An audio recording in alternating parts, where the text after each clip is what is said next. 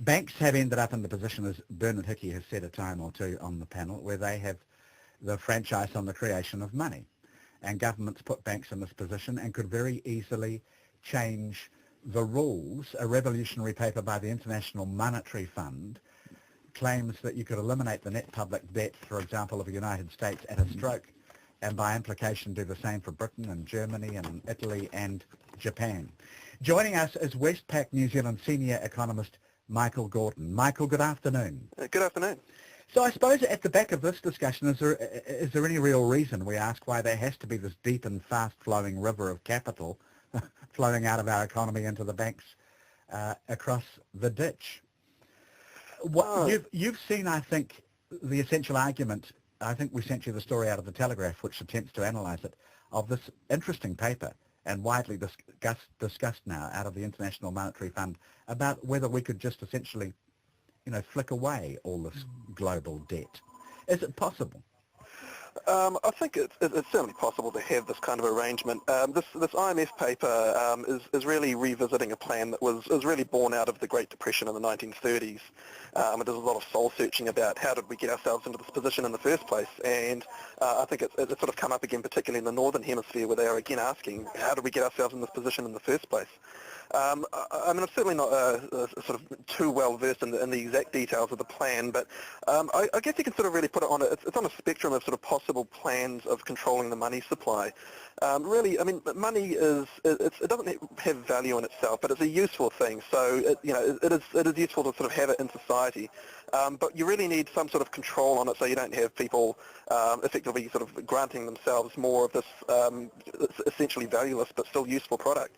Ultimately, someone's got to be the adult and sort of say, establish some discipline about it, which is why, for example, we have independent central banks. So this issue of the growth in the money supply doesn't get politicized.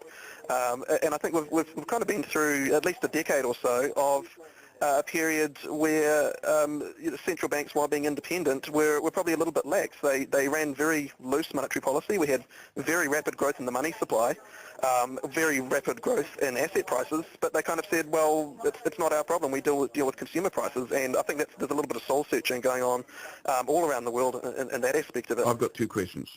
Sure. And here's a patchy question from a government backbencher to the minister. Why is it good for banks to make large profits? And my second question is, are you familiar with what happened in Iceland? As I understand it, they were so heavily in debt they just said, we can't pay, we're not going to pay, do your worst, we'll just carry on as normal. And they've carried on as normal. Yeah, they've done very well. Yeah, Iceland, they've, to some extent, they've kind of defaulting on some of their debts has probably sort of given them some relief, as opposed to sort of trying to struggle through and pay back what was, I think, equivalent to debts of about 1,000% of annual GDP. It was just monstrous. But it certainly hasn't been a sort of a free lunch for them. There's still big issues, like they still have a large overhang of mortgage debt that was denominated in other currencies. Their currency fell, and all of a sudden the value of their mortgages just ballooned.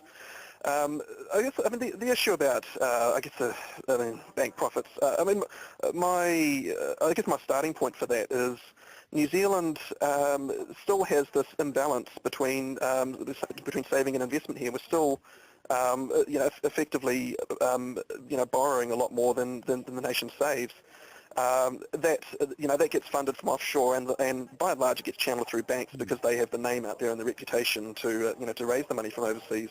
And I think to some degree bank profits kind of reflect that the fact that they have that access to international markets. But the bottom line is, even if that wasn't the case, I think we'd still be paying a lot of money offshore. It would just be less in the form of bank profits and more in the form of interest.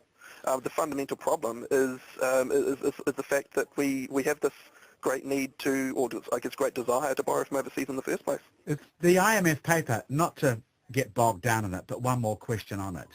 Sure. Is essentially making the point that the control of credit growth would become much more straightforward because banks wouldn't be able, as they are today, to generate their own funding, and which is an extraordinary privilege not enjoyed by any other type of business, says the IMF paper. And banks would become what many erroneously believe them to be today, pure intermediaries that depend on obtaining outside funding before being able to lend.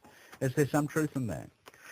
Well, I mean, I think the proposition that banks make money for themselves, I don't think is right. Banks can create money for their customers, not for themselves. There's quite an important distinction there, and people borrow from banks. They don't do it for fun. There's a reason. There's usually some intent, some understanding that it's going into some productive purpose. But I mean, coming back to the heart of the IMF paper, the idea it's really more about a shift from the role of credit creation. It's away from banks, but it's really putting more of the onus onto the state, which is why I mentioned you've got to have someone be the adult and someone to actually say, we are going to limit growth in the money supply to X amount. And